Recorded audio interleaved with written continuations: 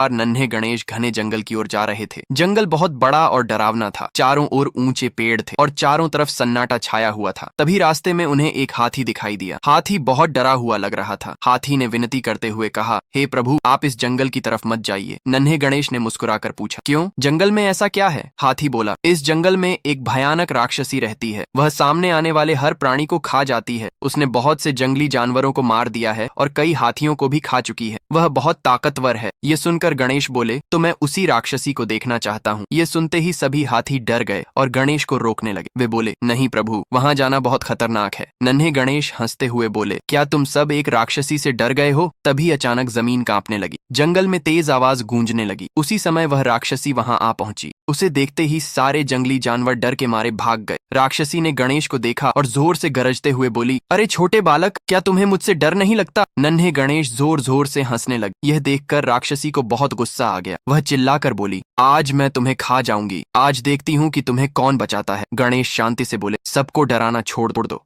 नहीं तो मैं तुम्हें ऐसा सबक सिखाऊंगा कि तुम खुद से ही डर जाओगी। राक्षसी ठहाका मारकर हंसने लगी। उसने गणेश को अपने हाथों में उठा लिया और बोली, आज मैं तुम्हें अपना भोजन बनाऊंगी। तभी गणेश बोले, मैं तो बहुत छोटा हूँ, मुझे खाकर तुम्हारा पेट कैसे भरेगा? तुम्हें तो ऐसा भोजन चाहिए जिससे तुम्हारा पेट भर जाए। राक्षसी बोली, तुम बहुत सुंदर और अच्छे हो, तुमसे बेहतर भोजन मुझे नहीं मिल सकता। ये सुनकर सभी जंगली जानवर और हाथी आ गया। उन्होंने कहा, हमें खा लो या हम सबको खा लो, तुम्हारा पेट भर जाएगा, इस बालक को छोड़ दो। सभी जानवरों ने अपना सिर झुका दिया। राक्षसी ने गुस्से में अपना मुंह बहुत चौड़ा खोल लिया। तभी नन्हे गणेश फिर जोर से हंसने लगे। राक्षसी ने चिढ़कर पूछा, तुम इतनी जोर से क्यों हंस रहे हो? गणेश बोले, तुम हमें खजाना समझ रही हो और मुझे भी, लेकिन मेरी एक बात माननी होगी। राक्षसी बोली, बताओ, मैं मानने को तैयार। गणेश बोले, तुम्हारे जैसी एक और राक्षसी है जो तुमसे भी ज्यादा ताकतवर है। क्या तुम उससे लड़ सकती हो? ये सुनकर राक्षसी को बहुत गुस्सा आया। वह बोली, मुझे उसे दिखाओ, मैं उसे खत्म कर दूंगा। नन्हे गणेश उसे समुद्र के किनारे ले गए और बोले, इस पानी में झुककर जोर से आवाज लगा, वह तुम्हें दिख जाएगी। राक्षसी पानी की ओर झुकी और चिल्लाई, बाहर आओ, मैं तुमसे ज्यादा ताकतवर। तभी उसे पानी में अपना ही चेहरा दिखाई दी। वह भ्रम में आ गई। गुस्से में चिल्लाती हुई वह समुद्र में कूद पड़ी और पानी में डूब गई। इसी के साथ उस राक्षसी का अंत हो गया। तभी वहां महादेव और माता पार्वती आ। उन्होंने गणेश से कहा, बेटा गणेश, आज तुमने अपनी समझ से उस राक्षसी का सदा के लिए अंत कर दिया। गणेश ने अपने माता पिता को झुककर प्रणाम किया। इसके बाद सभी जंगली जानवर और हाथी खुशी से नन्हे गणेश के साथ नाचने लगे। पूरा जंगल फिर से सुरक्षित और आनंद से भर गया। ये सब देखकर माता पार्वती बोली, जो कोई इस कथा को देख रहा है, यदि उसे अच्छी लगी हो तो लाइक और सब्सक्राइब करें।